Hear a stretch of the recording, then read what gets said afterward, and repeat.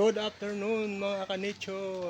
Yan, nandito tayo sa mga tanim natin mga avocado. Hindi tayo nakakapag-pruning dito. Yan, nakakala ng mga ano natin, mga sanga ng mga tanim nating avocado at mangga. Yan, mga mangga natin pero may mga bulaklak na siya. Ayun, dami na naman bubungain to. Sawa na naman tayo sa mangga. Mga kadyang.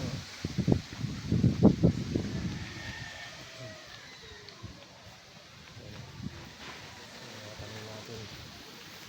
Nature.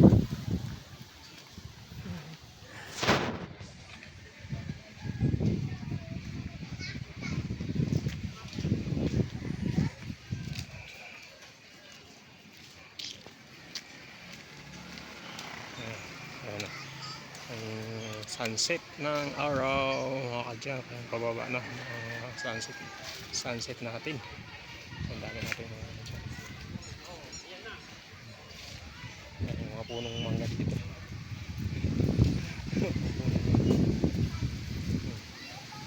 Mga kadyang. Kaya mga kakahuyan dito.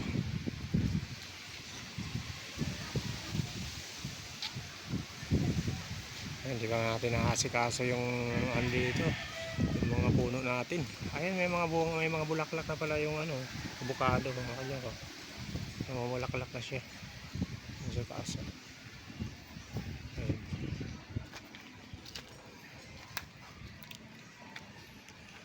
Bulaklak no mga kadyang ating mga puno dito. Mga tanim natin yan mga kadyang.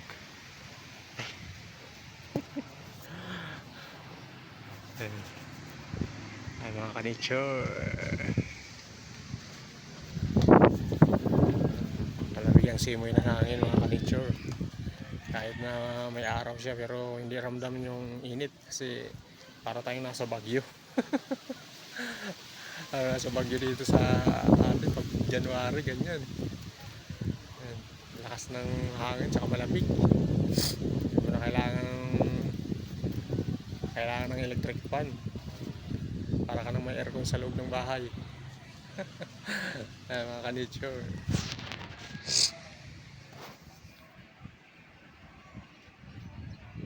Ganda ng mga ano dito.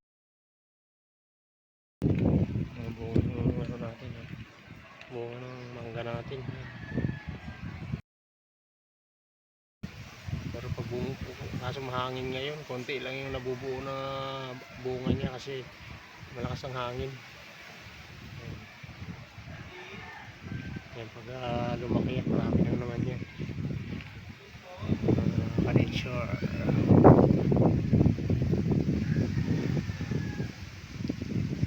Ating mga punong kahoy. Yan, ang lakas ng hangin mga ka-nature.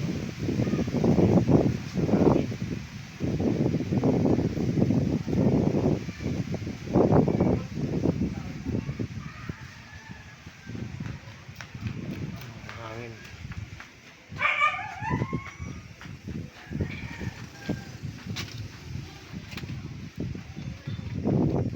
Pinapawisan din tayo pero hindi todo talaga kasi nga malamig.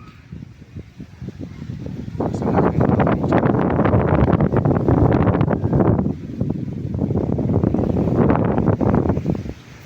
Para tayong nasa Baguio. Ay, nasa Baguio. Kanitsyo.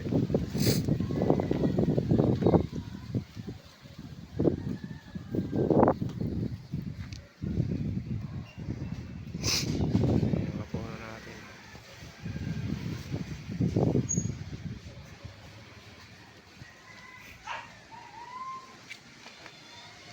Silipin mo si sunset. Oh. Ayan, ang sunset natin. Pababa na siya rin araw. Hilig mo. Ayan, mga ka-nature. Hanggang na, mga alas 5.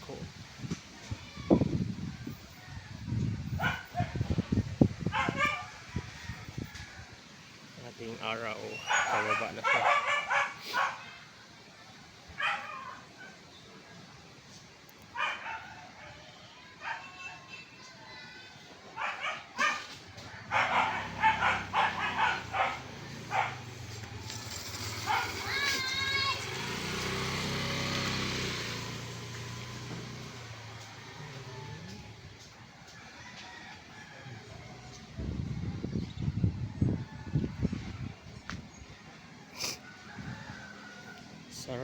simoy ng hangin. Malamig.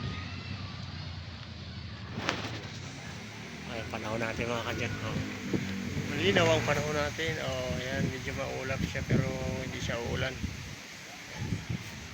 Hindi siya uulan. Maulap lang siya. Hindi siya uulan.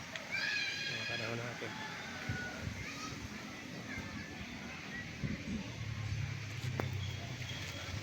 Ayan.